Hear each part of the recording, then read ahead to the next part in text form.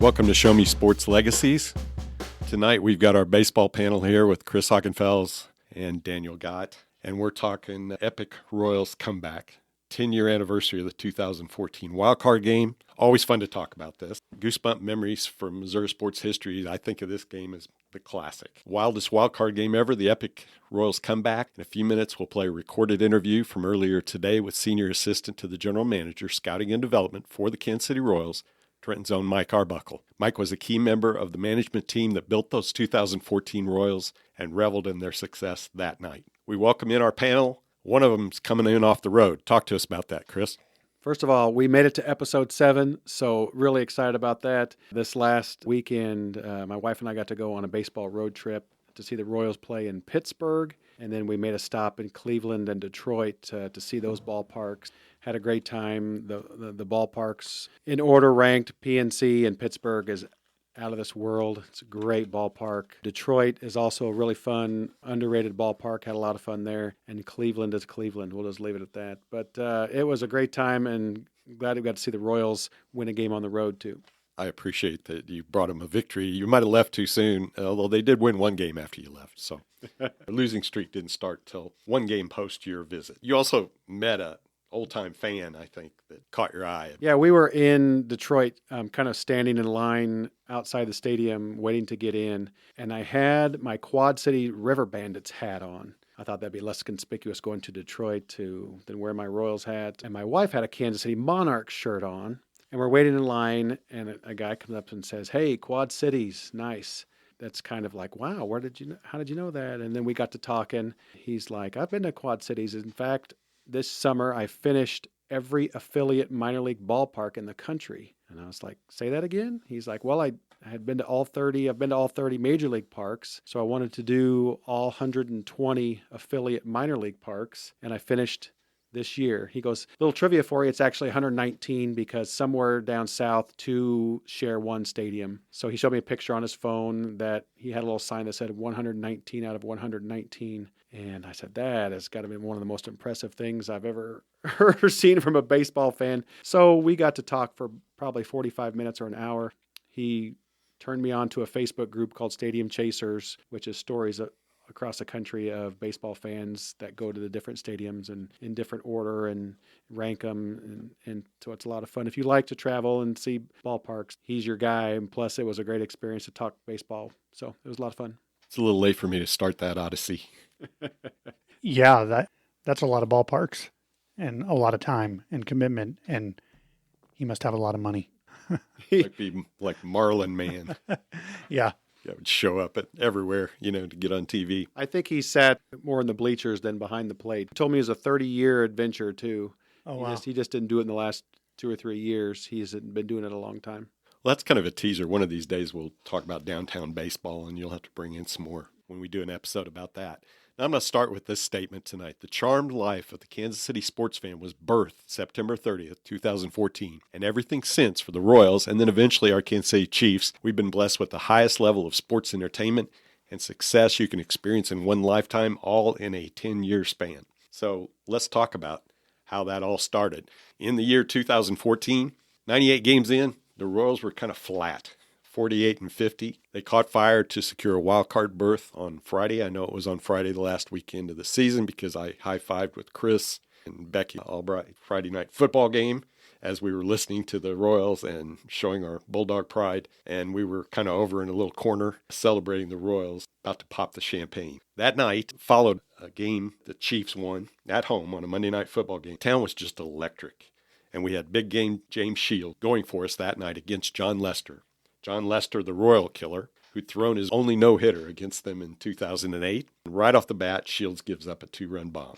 So let's talk about the atmosphere. And you were at the game, Chris. What was the lead-up? This is kind of the intersection of all three of us because Daniel was totally into this as well. For me, this was basically the biggest sports night of my life at that point. I had waited for years for the Royals to get here. And I remember having conversations about wondering if that night would ever happen. Just even the anticipation, the buildup, the fact that it's in this wild card format. So it's that idea that it was going to be potentially a one and done game, but that didn't taint it in any way.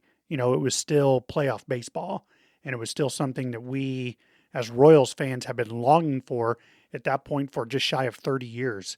That's a long drought. I mean, that is a big, famous sports drought, not Cub level, I suppose. Well, at that time, But among the four major sports, we had the longest time out of the playoffs. Yeah. And often for years, never even, it wasn't even something you discussed. Like we were out of contention in late April and May. It felt like some of the times, just the feeling of being able to sit in front of the TV and know that you were about to watch playoff baseball as a Royals fan was so special. It was so exciting. And all those big moves that we had been talking about for a couple years were actually starting to pay off. The patience of waiting on Hosmer and Moustakas and the Billy Butlers and all that coming through. And then, trading off what we thought was some pretty key assets in order to get James Shields and what was then still the James Shields trade. But I think what everybody would agree that ends up now what I called the Wade Davis trade. But still, those pieces were there because we finally pursued a winner, and it paid off that night, and very exciting. Yeah, I remember getting tickets for the game, and standing room only was the only thing available when I went to get tickets, and they were $100 even to go to a baseball game and not have a seat. And I thought, well, I'm going anyway. So we went. It was just a buzz the entire time. I remember watching wild card games previous couple of years, Major League Baseball. I really think struck it rich with the one-game wild card format. They changed that in the last couple of years. But the fact that you didn't have to win your division anymore in baseball, that there were two teams that were going to be wild card teams that were going to battle it out in one night, all hands on deck. You didn't know everybody was available to pitch. Everybody was available to hit because you just had to win that one game to even advance into the first round of the playoff series. There was a lot of emotion knowing that it's like a Game 7 atmosphere, but it's really just one game. And the crowd basically stood the entire time, and it was loud. Now, there were times in the games it was really loud, and then there were times in that game where it got quiet fast. The two Moss home runs kind of took the air out of Kaufman there for a while. But it was so electric and so high energy. The town had been waiting for it, like Daniel said, for 30 years to have a chance to enjoy playoff baseball. So it was electric from the start. And plus, the core of the Royals were all in that game, pitching and hitting. So all those guys that we saw come up from the minors and saw win a World Series, they all played in that game. I always consider this game as kind of a microcosm of that whole era because the core, and we're talking about Moose and Gordon and Hosmer, Salvi, Billy Butler, Lorenzo Cain, Escobar, they all played in that game. Shields pitched in that game. Our relievers, all of them pitched at least an inning in that game. So you got to see every part about that Royals franchise in 12 innings, and it was a lot of fun to be there. I'm just going to do a real quick kind of setup here, and then we'll go into the interview with Mike. We start off with Moss hitting that 2-run bomb, and it got quiet. Oh, this is for real. Now we're down 2-0. But we got one of those runs back immediately in the first inning. That kind of showed our resiliency that we weren't about to lay down and lay a goose egg in this game. Then in the third inning, we come on and take the lead. Lid is coming off the place. And we get all the way to the 6th, and the wheels come off. And that's where I'm going to take us out, because we're not going to linger on that too much tonight. We're going to come back in to the back end of this thing after we talked with Mike. But let's just say Shields was taken out, 2 runners on. Moss came up, hit a 3-run bomb, and we just couldn't get out of our own way that inning, and we finished that inning down 7-3 to a guy that you don't want to be down 7-3 to. Up to that point, he had a record of 85-1 in games with a 3+ run lead, and he had a 4-run lead in that case. And the scarier thing about that game for the Royals was the Royals didn't hit 3-run homers and grand slams. They were very good at getting a lead, turning it over to their bullpen, scratching out runs when they needed to, and big comebacks kind of weren't in their repertoire yet, although we were going to have a couple in the next couple of years that will go down in history. But you just got that sense when you're down 7-3, like, where are we going to get 4 or 5 runs? I know we can scratch out a couple against Leicester, but how are we going to get 4 or 5 to win this game? And absolutely, some people were already doing a postmortem. You felt great about having 3. If you would have told me going in, we got 3 runs on Leicester, I'm telling you we're in really good shape because that's the most you're likely to get. And what we can't do is, give up, shall we say, 7 runs. And James Shields was a pitcher that it wasn't unlikely that he gave up a run or two early and then settled in and shut it down. And they called him Big Game James because he could go deep into big games. He might give up a run or two, but he's probably going to give you a quality start. He's probably going to strike out 6 or 7, and you were going to be in the game. So that inning where the wheels came off the wagon was so out of character for him that I think it kind of caught Yost by surprise. And Yost tried to put out the fire, so to speak, and instead of putting out the fire, he threw gas on the fire. And the bullpen strategy he used early in that did not work for the Royals and got us into even more trouble. It just made the game more epic, ultimately. Yeah. So hang on, let's hear our conversation with Mike about that night and the building of the Kansas City Royals in 2014. We welcome Mike Arbuckle, Senior Advisor to the GM for Scouting Player Development with the Royals for the past 16 years, and prior to that, highly successful Assistant General Manager with the Philadelphia Phillies. Before that, a scout for 46 years. So Mike, welcome to Show Me Sports Legacies, and we're pleased to have you back again. This time I wanted to talk about when you joined the Royals in 2009, what you saw, what the philosophies were that helped build the team that ultimately did something very special 10 years ago in the wild card game and then in a run through the playoffs. Yeah, I think when I came here in 2009, we weren't very deep in talent at the major league level, but I saw some kids starting in the minor leagues that I thought had a chance to be quality players. The philosophy was pretty much built around pitching and defense and then add what hitting we could. And that was more from a small market perspective than anything. We would have loved to have had big middle of the lineup hitters, home run guys, but we can't afford to go out and sign those guys on the open market as free agents. So we said, we think we have a chance to win here with athletes who can steal bases, create things offensively, hit and run, bunt, do those types of things, and play small ball, really. And then hopefully have 1 or 2 hitters in the lineup that can bang a little bit. And we ended up drafting those kids, obviously in Hosmer and Moustakas primarily, and then went out and got Lorenzo Cain in a trade. But the philosophy was, let's develop pitching and good defense and athleticism on the field, and we think we can win that way. And we also understood that we weren't going to go out and sign 2 or 3 primetime starting pitchers. Our feeling was, okay, let's try to build the bullpen and shorten games so that if we can get into the 5th or 6th inning with a lead, we've got a bullpen that's got a chance to shut things down. And so we were able to pretty much follow that philosophy and build that way leading up to 2014. I knew we had some good players coming. I think all of us in the organization knew that. We knew fans were getting tired of losing, and understandably so. But I think we had confidence in what we saw coming in the system. I think the piece that really put us over the top when we added James Shields and Wade Davis. James Shields was a real leader, a winner, ultimate competitor. Ability-wise, he wasn't a 1 or 2 in a rotation. But what he brought to the clubhouse, the competitiveness, he helped show the younger kids on the team how to win, what it took to win. And then Wade Davis, of course, I always kind of called him the silent assassin because as outgoing as James Shields is, Wade Davis is just the opposite. He's a very quiet guy, introverted, but when he goes to the mound, he has that competitiveness. He ended up being an integral part along with Greg Holland and Kelvin Herrera in the bullpen to be those shutdown guys that we needed. It was a combination of trades in getting Lorenzo Cain and adding the 2 pitchers from Tampa Bay to go along with what we had in the system coming and living with that philosophy of pitching, defense, and athleticism that allowed us, I think, to get into a good position to be really competitive. And by 14, we were there.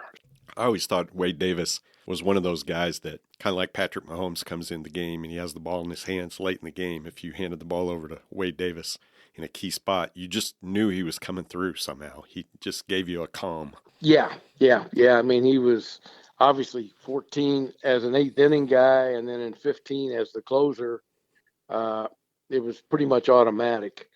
And almost every pennant-winning team that I've been associated with has that kind of closer. Mentally, it does so much for a team when you got a guy that you know is going to come in and close it out 98% of the time. It allows everybody on the field, I think, to just relax and say, okay, we got this here in this situation. It was probably a hard decision with Hochevar and with Davis because you wanted them to be those stud starting pitchers for a while. Yes. Yeah. Both those guys, we felt like were going to be quality starting pitchers.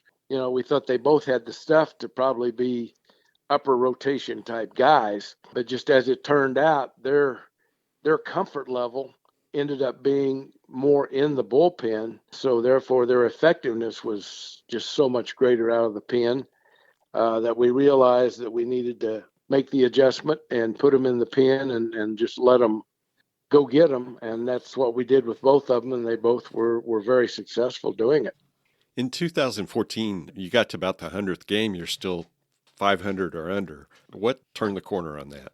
I think a lot of it was the leadership of Ned Yost. He was a very calm manager, never got too high, never got too low. And over time, every team I've seen has kind of taken the personality of the manager over time. And I think the fact that he stayed so even keel allowed the team to settle in and stay even keel and play just one day. Don't worry about, much like our guys were saying right now, worry about today. Yesterday's over and we can't control tomorrow yet. So let's worry about today and go out and play. So I think Ned's demeanor had a lot to do with it. And then I think we had guys on the club, especially guys like Moustakas and Hosmer, who were very competitive. Along with the veterans that I mentioned, especially James Shields, they kept pushing. Hey, we're good. Let's go. We're going to go out and get them today. And so I think it was a combination of all those things that helped the team kind of catch fire down the stretch and start performing like they all felt like they were capable of doing. Now, we come into the wild card game and the whole city's on a high because it's been more than 28 years since we've had a playoff game. But there's also that fear. It's a one-game playoff. The whole city was revved up. But we're going into the game to face John Lester, who has a history of being a royal beater. The A's had traded for him for just this type of situation. And we came with James Shields. What were you thinking going into that matchup? I knew that it was going to be really tough because Lester at the time was one of the better pitchers in baseball. And he had pretty much dominated us. We just hadn't done anything with him. I felt like it would be a fairly low-scoring game. At that point, you're hoping in low-scoring games that good defense and maybe the ability to steal a base at a crucial time to get into scoring position, those kinds of things might help us find a way to win the game. It was one of those, though, we knew we had our hands full. But again, I think the competitiveness of our guys down on the field played a big role because it was like they didn't care what the past would indicate. They were ready to go win a game. And I think that competitiveness was a huge element. By then, our kids, our younger players were all believing in themselves. The veterans felt like they could do it. So everybody understanding that it was probably going to be a tough game. And you never like your whole season to come down to one game. That's a tough situation. I guess other sports deal with it on a regular basis, but in baseball, it's not something that you're often accustomed to. But we knew we had our hands full. I think everybody on the team felt like they were capable of winning the game. It was pretty apparent early in the game that running the bases was a key part of the strategy. Since Lester never throws over to first base, he's kind of unusual, but he's quick to home plate. And there seemed to be some disrupting of timing with some late timeouts called by batters where we were trying to get him on our pace and off of his pace. Yeah, absolutely. Yeah, that was the plan, trying to disrupt him because Lester was quick to the plate, but he had a phobia or we call it the yips. Some guys catchers will get it and they can't throw it back to the pitcher. Well, Lester kind of had the yips about throwing to first base. And so he just wouldn't do it. So we pretty much knew if we could disrupt him by stealing bases on him and stepping out at the plate, doing things just to try to break his normal rhythm, we felt like it would give us, an opportunity to figure out a way to beat him. even though his stuff was, as usual, really good that night. As it turned out, a lot of what we did help us figure out a way to get around his stuff and pitchability. In that 6th inning, things kind of fell apart for us. We always wanted to get to that 7th inning for Herrera, Davis, and Holland. That was a tough inning. It was just Moss got us twice that night. Yeah. What was your thinking, once we're staring at that 4-run deficit after 6? To be honest, I wasn't real optimistic. We were, I think a lot of us with the club were thinking, oh man, we battled this far, and I don't know if we got enough left in the tank here to figure out a way to score enough runs to take care of this deficit this late in the game. So I think a lot of us were, I guess, less than optimistic would be a euphemism. We weren't feeling very good at all about the game at that point. You probably already knew that Lester was 85-1 when he had a lead of that type in his career. Yes. He'd lost once. Yes. Yeah. I mean, he had just been dominating in those situations. Yeah. Thank heavens the players on the field, I think, didn't have the same viewpoint that a lot of us watching the game did. I learned after the fact that the last couple innings, Moose was going player to player in the dugout, yelling in their ear, "Come on, let's go. We've come this far. We're not going to back down now." And he was the guy that really kept the dugout fired up and wouldn't let anybody back down. He had a lot to do with pushing guys to go ahead and let's go. I'm going to go do my job here. This thing's not over. Like I said, I think the dugout obviously had a different viewpoint than a lot of us did upstairs. And a lot of that was due to Moose's approach in the dugout, I think. We got all the way to the 8th inning before things really happened or started to turn. And Escobar beat out a chopper. What was it that made Escobar work as a leadoff hitter? It wasn't a normal situation, but somehow it seemed to work. Yeah, it's hard to explain because he did not fit the typical leadoff hitters, the formula you look for in a leadoff hitter. He was up there swinging first pitch. I still today cannot figure out why all these teams continued to throw him first pitch fastballs when he, everybody knew what he was going to do when he stepped in the box, and teams would go ahead and continue to try to challenge him. And I don't know if they thought, well, he's not a real home run threat. He's not a big, strong guy, but he just kept taking advantage of it and getting on base. It was just, he kind of helped make the team go, but it was, sometimes you see things in baseball and you're thinking, well, what was that other team? What could they have been thinking here? Why would they have been doing this way? And we kept wondering that through the whole playoffs and World Series. He kept doing it. That's for sure. He was aggressive at all times. Yes. And we got to the 9th. We still had a 1-run deficit, and Josh Willingham gave us a professional at bat. Talk about, we finally tied that up with Dyson getting a steal, which was the 6th steal of the game. Aoki hitting the ball to the right field corner to knock him in to tie the game up. And then Brandon Finnegan comes in. Not how you drew it up, I'm sure. It had an amazing performance. Talk about the pieces that you added in that last year that kind of got us over the hump by bringing in guys like Willingham and Finnegan as a rookie. One of the things we talked about at draft time with Finnegan, those of us that had seen him in college, we had told Dayton that, this guy we think is going to be a quality big league pitcher.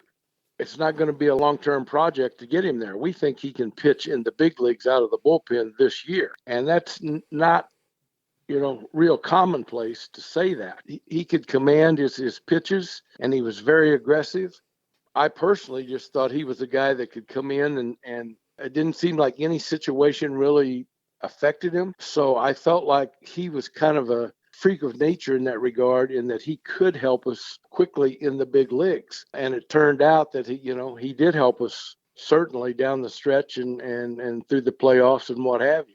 Nori Aoki was a kind of an underrated player. He was a good little player. Sometimes it was an adventure in the outfield. You didn't know some of the routes he took to the ball and what have you. You're thinking, oh no, but somehow he made plays, and he was a tough out at the plate. And then we added Willingham just because we wanted some power. And we thought he would give us a pop in the lineup. So we were looking to add somebody like that, and we're able to get our hands on him. Those guys added to the mix kind of all played a role at various points in time in helping us find ways to win a game when it had to be won. You talked about patience, even keel. Ned Yost, one of the things that he consistently did was that sacrifice bunt, which drove some of us, Yep. oh my gosh, Yep. we're giving up an out to move that runner over, but we just kept doing it in that game, and it seemed to work out. Yeah. Yep. Yep. And I know a lot of the analytics people don't believe in sacrifice bunting at all, but it comes back, I think, a lot to good managers rely on numbers to some degree, but they also rely on what their gut's telling them. And Ned was really good at doing that. So I think that was the big element. And I know a lot of people didn't believe in the sack bunt, but it certainly worked for us. And so we were going to keep using it. And Ned believed in it. And it obviously helped us in this situation big time. And again, it kind of went back to that same philosophy. We had to play small ball. We had to get runners into scoring position and then hope for the base hit, because we didn't have a bunch of big bangers as far as true home run hitters in our lineup. And obviously Moose and Haas can pop one. Gordon could pop one, but they're not going to be 35, 40 home run guys. We didn't have an Aaron Judge or somebody like that, clearly. We had to play that style of ball, and Ned didn't falter or veer away from doing it all the way through. And every time we got to that 12th inning, we had Christian Cologne coming off the bench. It seemed like those 2 years, the spotlight shone on him at strange times, and he came through. Yeah, without a doubt. Yeah, Christian and I had talked about that a few times after he left the game as a player. He actually was one of our coaches in AA for a couple of years, and he's now managing in AA for another club. But every time I see him, we talk about those situations, and I get on him. How come you didn't do that all the time? Why did you only do it in these big situations? And we laugh about it. But he was a kid that he found a way to get it done. Didn't have great tools, great ability, but just in those situations, somehow, some way, he would get it done. I watched the whole game last night just to get prepared to talk to you a little bit, refresh my memory. And my heart rate was about 96 in that 12th inning, and I knew what was going to happen. I don't know how people slow their heart rate down and get the job done in the moment, but more power to them. Yeah. It was interesting because George Brett the other night in the box up there, as we were watching one of the games over the weekend, George looked at me when things weren't going good, and he said, "Man," he said, "it's hard when you just have to sit here and watch." He said, "When I was on the field playing," he said, "I never got uptight about games." He said, "You were down there in it, and you felt like you kind of had it, you could control it." And he said, "Sitting up here watching these games," he said, "it is really rough." And I said, "Yeah, you absolutely are right, because at this point you can do nothing about it." So. Do you have any special memory personally that evening, who you're around, who gave you that word of encouragement? Just what was the feeling up there? We have the iconic picture of George Brett putting his hands up to the side of his head like, oh man, I can't believe that just happened when Salvi gets the hit. But I'm sure there were a lot of those kind of moments in the game. Yeah. And, you kind of the ebbs and the flows, and you're there as a group, front office people. And it's basically your baseball decision makers pretty much. So you kind of go through it together. It's almost like you're a separate little team up there. And when something good happens, you're all elated. And then when something goes wrong, you're at the bottom, at the lowest valley, and you're on a roller coaster throughout the whole thing. The thing is, in that box watching the game, pretty much all of us in that box had played, had been on the field, what have you. So everybody was competitors. And so you kind of get that same competitiveness in the box up there watching it as you get with the guys in the dugout. The exception being that up there in that box, you've done all you can do up to that point. And now it's up to the guys on the field to carry it out. So it's kind of a helpless feeling at times. But I do know that it was, the whole group of us, it was, my gosh, 1 minute you're up, thinking, okay, we got it. And then the next minute, the wheels have come off and you're thinking, how are we going to get back in this? But the good thing is you go through it as a group. And like I said, when you've worked all year to put it together and you've been through the ups and downs of the season, it's a good time to go through something like that as a group because you've all, kind of worked together to get to where you're at. So everybody kind of tries to pick each other up. But at times there's some table slamming and some things in that box just from frustration. And then, we win the game. And the stadium was so energetic that night. And the fans were amazed. And then it just carried us all the way to the World Series. That momentum that once it was unleashed, there was no containing it, the competitiveness of the team. And we just didn't back down from any of those teams. 100-win teams we were playing with the Angels. Buck Showalter supposed to be a mastermind, and they were set up to go to the World Series and thought they were going. Those young guys just got the job done all the way to the last out of the 7th game of the World Series. Yeah. It was a fabulous run. One thing I would mention in that game that a lot of people, though, the average fan probably wouldn't have noticed, wasn't aware of. You talk about, I mentioned earlier, and you say, why is the other team playing it this way? Salvi's hit down the third base line. Mm-hmm. In that situation, most teams at that point in the game would have been playing what's called no doubles. Yep. So the third baseman and the first baseman would be hugging the line. The outfielders would be a little extra deep because you're going to give up a single, but you don't want to give up a double. And Josh Donaldson, they weren't playing no doubles. They were playing normal position on the corners at first and third, and their outfield wasn't deep. And so had Josh Donaldson been playing no doubles, as close as that play was, he might have made that play on Salvi. So it's just interesting. The fans aren't going to notice something like that. But, as baseball people, you kind of know how games are played in different situations. And they elected not to play in a position late in the game where most teams probably would have.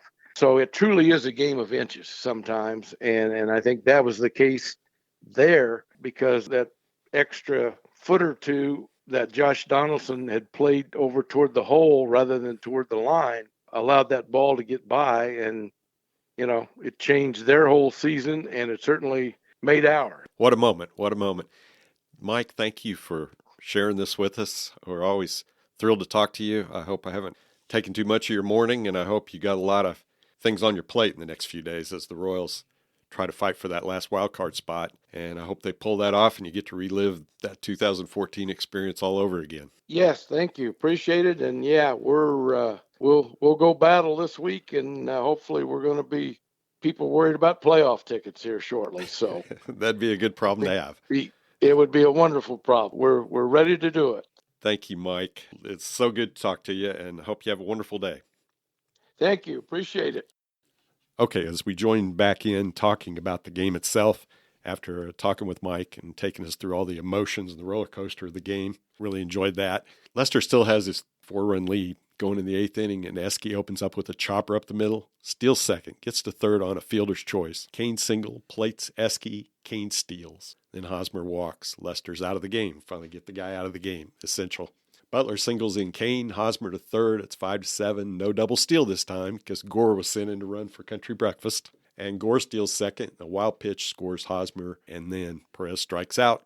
Gordon walks and steals. Infante strikes out. We leave. Runner stranded on third. And we go to the 9th where Holland survives a bases-loaded scare taking us to the bottom of the 9th.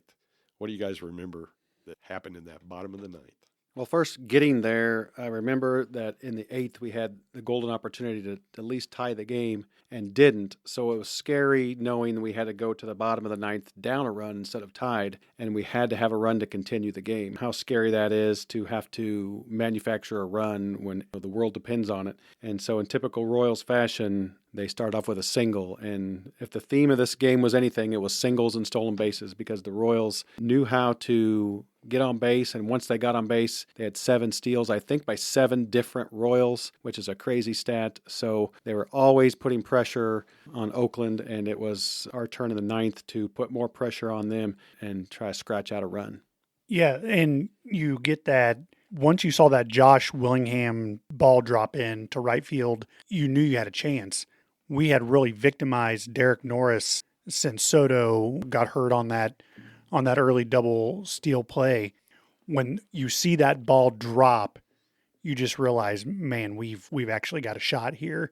But do we have that magic left in us to finish this up? And then, being a Royals fan, you start thinking about, okay, but what do we have left now for arms after this?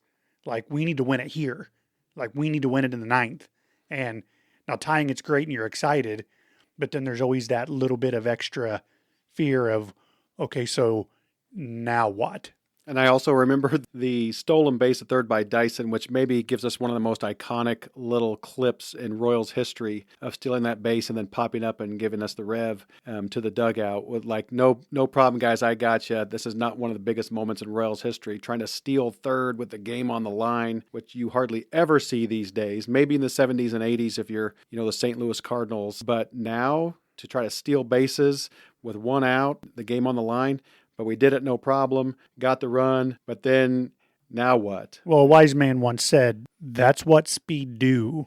Yeah, not only an iconic picture, but an iconic phrase that comes out of that play right there. And but now we've got to go into extra innings with who knows who coming out of the bullpen gates to try to hold back Oakland from scoring any more runs. If you ever watch old games, and I know you guys do, it is impressive how many times batters have to foul 2 or 3 pitches off before they get it, one that they can do something with. And sometimes they just flick it foul. I mean, just barely. And Aoki put together an amazing at bat and then really stroked one out into right field to get it tied up. So who comes into pitch in the top of the 10th? Well, of course, our rookie, Brandon Finnegan. And he comes into pitch, and like we talked about, he'd had 13 minor league appearances. He was a rookie. He had pitched in the College World Series. But as Mike said, they thought no moment was too big for him. And the 10th was definitely not too big for him. Yeah, I mean, Chris just talked about the image of Gerard Dyson doing the throttle, handlebars, the celebration on third. I think, for me, one of the most iconic images of that game is after Finnegan strikes out Moss, and he comes off, and he is just pumped. And I remember that because I was matching that. I mean, he's walking off the mound, I am jumping out of my recliner. And doing the same thing, because you have this kid, and we're talking truly a kid here who is just fresh, literally out of college, was a college kid a few months before, and now on the biggest stage, and he strikes out the guy who had done the most damage against us all night long, the guy that you did not want to see come up, and he takes care of business. And correct me if I'm wrong, but I think Finnegan, he got 2 for sure full innings in of work, and just huge. That is just as big of a moment as any steal. He's such a huge part of that. And I've also said ever since 2015 that Brandon Finnegan deserves a ring as well, because he was one of the pieces that was in the Johnny Cueto trade. And for me, Brandon Finnegan is still one of my favorite Royals ever, and really because of that one moment. Crazy thing about statistics, baseball statistics, is Finnegan was on the hook to lose that game after his great appearance, because he got a runner on base. That runner did come around to score when Frazier came in to relieve him, and then Frazier ends up, well, we're getting ahead of the story, but Frazier ends up getting the win in the game, even though he gave up a hit to Alberto Callaspo, of all people. Alberto. A guy that was 4 for 50 leading into that at bat, and he slaps one into left field, and they take the lead. So we're 1 run down again. After all the comebacks, we still got to do 1 more inning. Tell us about that last inning, Chris. Well, we have a great 3-4-5 coming up. One of my favorite baseball phrases of all time, and if you're a Cardinals fan, you hear this all the time, is Mike Shannon used to say it on the air as old Abner's done it again, meaning late in a game, it always seems like when you need it, your 3-4-5 guys in the lineup are coming up. It comes back around to them. So at least the Royals have 3-4-5 coming up, but Hosmer gets the big triple after the out, really sets us up to at least get this game tied again. So we get the triple, and then one of our postseason heroes in this stretch run for the Royals comes up to the plate in Christian Colon. In true Royals fashion, gets a dribbler in the infield to score the run, gets on first, steals second. There's our 7th steal of the game, and is in line to score that winning run after another out. Our Royal hero over this 10-year stretch, Salvador Perez, with his kryptonite pitch, which is that low and away breaking ball that he goes for so many times in his career and misses. He somehow gets the bat head on the ball and pulls it down the line, and the rest is history. The ball gets by Donaldson at third base and squeaks down the line. There's no chance to throw him out, so we know he's going to score. Here comes Slugger with that flag running around the field. The crowd is going crazy, and George Brett has that iconic picture of the most famous Royal of all time up in the booth with his hands on his head. I can't believe this happened. Really propels the Royals into a stretch over the next calendar year that is unmatched in Royals history. I love that there's a villain in the story, too. I mean, Josh Donaldson, they chop one in front of him, and then they scoot one past him down the left field line. Couldn't have happened to a better guy. Absolutely. And it was like it was so very Royals, really what was for the next year, the big hit from Hosmer. And then really what's kind of lost, just as big as the hit, was that high chopper by Cologne. But that was a really brilliant base running decision by Hosmer. That's instincts. You got to make a decision right then to know that ball's high enough for me to run in. He made two decisions like that were massive. One was there, and the other one was in that Mets game 5. Mad Dash Home. Mad Dash Home, and it's still one of my favorite still photos of all time because you can see Hosmer blurred out as he's diving in, and all those Mets fans. Like, if you're listening to this, Google that right now. And the Mets fans are in the back on that front row seats, and their hands are just on their heads like, I can't believe that just happened. And same thing there. So you have the chopper, you have the Hosmer base running, you have Salvi doing Salvi things. I'll never forget the feeling. I mean, because it was late. I mean, we're talking a late night there, and you're just, I remember just trying to go to bed after that was basically an impossible task because you're just so fired up. One, just from how exciting the game was, and two, something that I wondered if I was ever going to see in my lifetime was happening. And in those next 2 weeks were just magic. It was a magic carpet Just ride. magic. And guys, we're talking about a baseball game that I have a children's book that I've read to all my kids that is based on this game. And the book is called The Night the World Turned Royal Blue.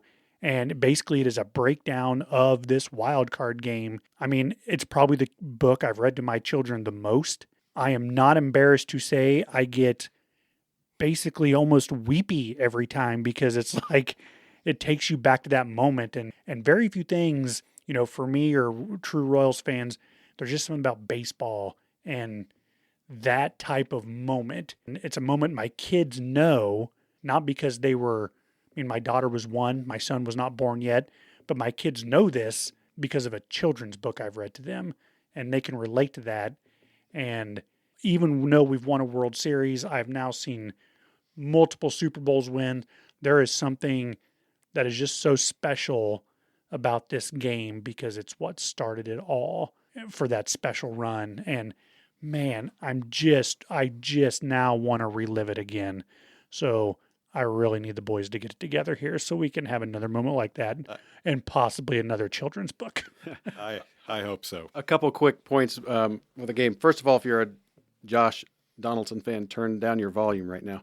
So Donaldson then goes to the Blue Jays to get away from Oakland to get his chance to get back with a chance to World Series. And then the next year, 2015, has to come to Kauffman Stadium and watch his season end again when the Blue Jays got beat in Game 6 by the Royals for the Royals to go to the World Series. So there's a double whammy against Josh Donaldson. He had to do it 2 years in a row from different teams in Kauffman Stadium. And he made the last out. Sure did. And he made the last out. So sorry, Josh. Another point about these things that live forever, these games. When we were in Pittsburgh, they've got a huge statue of Mazeroski just outside of right field for his Game 7 game-winning homer against the Yankees in the World Series. And when I saw that, one of the first things that came to mind is the Royals have a moment like that, and it's the wild card game in 2014. It is the signature moment, I think, for the Royals. I know they've got a lot of other things when we talk 85, the play at first base, and we talk about 2015 and the Davis strikeout and the Hosmer slide. But this one for me, I'm like you, Daniel, this one for me really hits home for the Royals and their history as the most special single night in the franchise's history. And of course, we've gone long in this episode. But that game went long. So, I mean, it's only fair. That's right. It's only fair. We're in the 12th inning right now. Yeah, absolutely. And listen, I can talk about this for hours. So anybody out there listening, come over to the district office, Trenton R9 School District, anytime you want, and we can sit and really discuss every aspect of this ballgame if you'd like, from the crazy start to putting Giordano Ventura in to relief pitch, which he'd never done before, even though he had the best bullpen ever. Whatever people do. We all become great managers at the time while you're watching a game. We think we know better. Just incredible.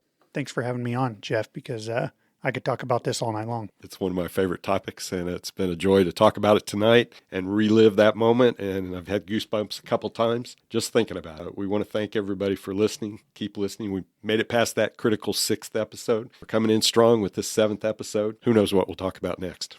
Maybe we'll have a 10th year anniversary of something magical that happens this year in 10 years. That would be fabulous. That would be Fantastic. fabulous. Let's make it happen. Okay. Thank you to our listeners. Signing off for Show Me Sports Legacies. I'm Jeff Crowley. Happy to have Chris Hoggenfels and Daniel Gott with us tonight to talk Royals baseball in the most epic comeback ever.